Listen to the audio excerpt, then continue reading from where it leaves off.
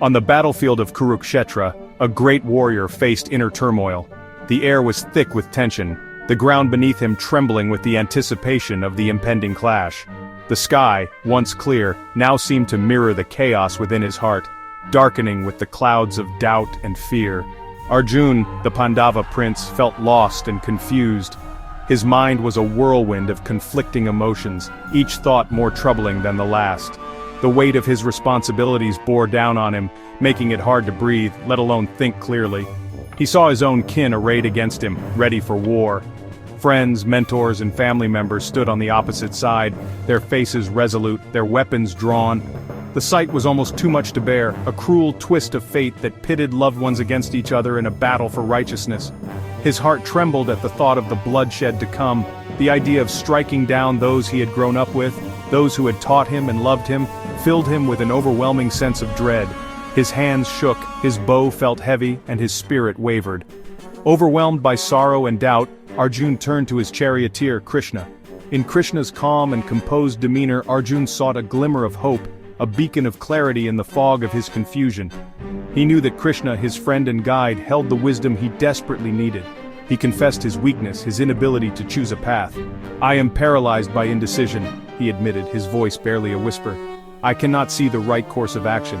My mind is clouded and my heart is heavy with sorrow." In the Bhagavad Gita, Arjun cries out, "My heart is filled with despair, and I have lost all composure."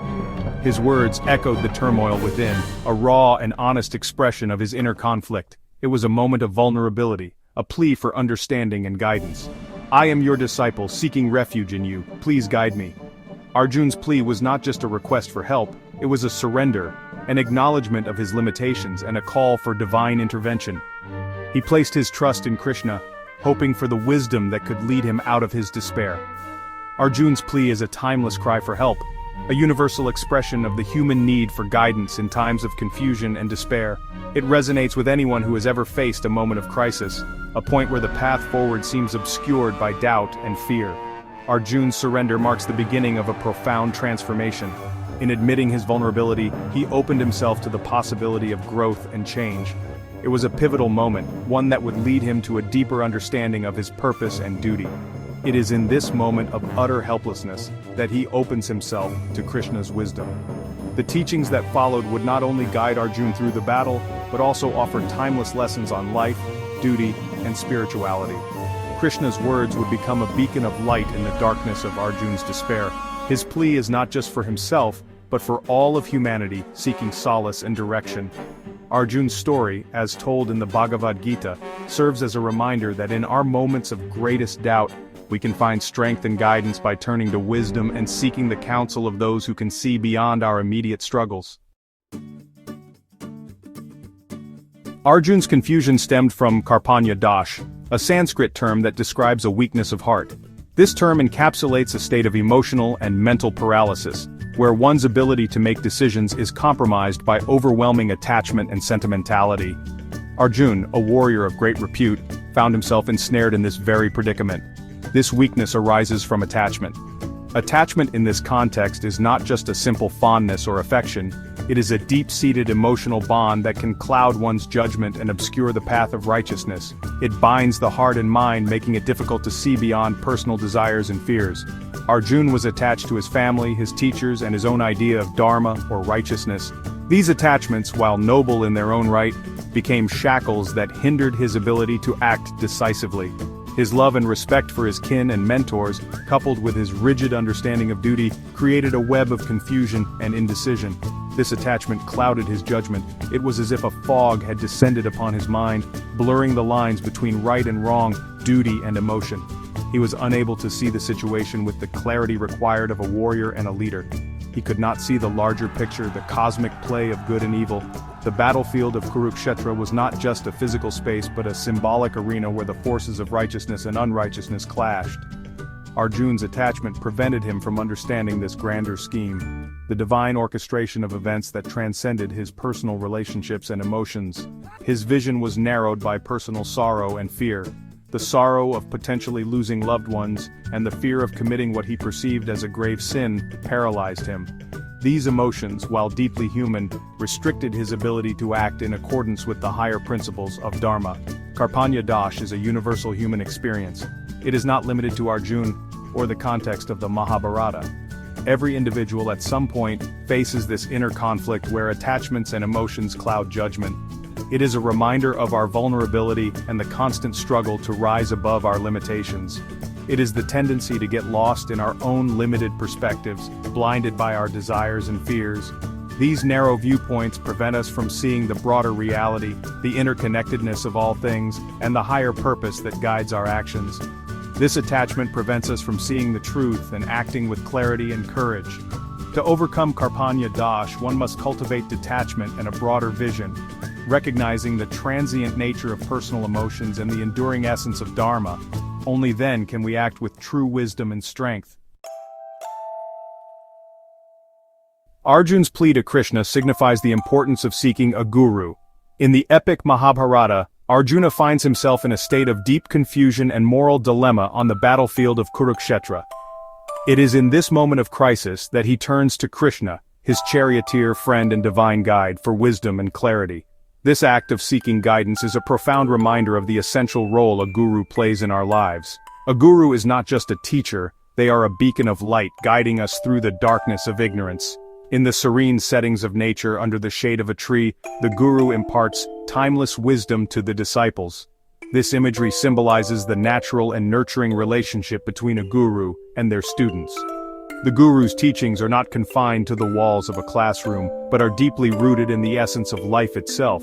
The Mundakopanishad, an ancient Vedic text, emphasizes this, stating, "To know the supreme truth, one must approach a guru who is well versed in the scriptures and established in Brahman, the ultimate reality." This ancient wisdom underscores the importance of seeking a guru who not only has intellectual knowledge but also embodies the spiritual truths they teach. The guru's role is to bridge the gap between the seeker and the ultimate reality, guiding them on their spiritual journey with compassion and insight. A true guru is not bound by tradition or dogma. In today's world, a guru may come in various forms, adapting to the needs of the time while maintaining the essence of their teachings. Whether in a traditional ashram or a modern urban setting, the guru's wisdom transcends the boundaries of time and space. They meet the seekers where they are, offering guidance that is relevant and transformative. They are a living embodiment of wisdom, capable of revealing the path to liberation. The guru's presence itself is a source of inspiration and strength. Through their own example of living a life of truth and compassion, they show us what is possible. Their words and actions resonate with a deep sense of authenticity, encouraging us to look within and discover our own inner light. Just as a boatman ferries people across a river, a guru helps us cross the ocean of suffering and reach the shores of enlightenment.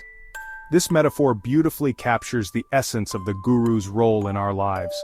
They are the navigators of our spiritual journey, helping us overcome the challenges and obstacles that we encounter along the way. With their guidance, we can find our way to the ultimate destination of peace, joy, and liberation. Even Krishna, considered an avatar or divine incarnation, had a guru, Sandipani Muni. Krishna's willingness to learn from Sandipani illustrates that the quest for knowledge transcends even divinity. It highlights the humility and surrender necessary for true learning. Krishna, the embodiment of wisdom, teaches us through his actions that the path to enlightenment begins with the willingness to be a student. No matter how much we think we know, there is always more to learn. A true seeker of knowledge remains a student throughout their life. Section 5. Rama's Reverence, a King's Devotion to the Guru. The Ramayana, another epic tale, exemplifies the importance of the Guru through Lord Rama. Rama, despite being a king, showed unwavering devotion to his guru, sage Vasishtha. Rama's respect for Vasishtha teaches us that true greatness lies in humility and respect for the source of wisdom. A guru's grace is not earned through power or position but through sincere devotion and the yearning to learn. Section 6. The Bhagavatam Song, a Universe Guided by Gurus. The Bhagavatam, a sacred text, is replete with stories that highlight the guru's role in guiding individuals toward spiritual awakening. From King Parikshit to the young boy Dhruva, each soul finds solace and direction through the grace of a guru. These narratives remind us that the universe is not indifferent to our struggles. Divine grace flows through the guru, guiding us towards our true potential. The Bhagavatam serves as a testament to the transformative power of surrendering to a true spiritual master. Section 7. Beyond the darkness, the Guru's light of knowledge. The Guru's role is to dispel the darkness of ignorance with the light of knowledge. They do not offer blind faith but empower us to see clearly. Through their teachings and example, they help us break free from limiting beliefs and realize our true nature. The Guru guides us towards self-realization, the ultimate goal of human life. Section 8. Surrender and Transformation, the Guru's Embrace. The Guru-disciple relationship is built on trust and surrender. Just as Arjun surrendered to Krishna, we too must be willing to let go of our ego and surrender to the Guru's wisdom. This surrender is not a sign of weakness but of ultimate strength. It is through this act of surrender that we open ourselves to transformation and experience true freedom. Section 9. Finding your guide. The journey begins within. The search for a guru is a deeply personal journey. It begins with an inner yearning, a thirst for knowledge and liberation. The guru appears in our lives when we are ready, when our hearts are open and receptive. The journey may be long and arduous, but the rewards are immeasurable. The Guru's grace is the greatest gift, for it leads us towards the ultimate truth and sets us free.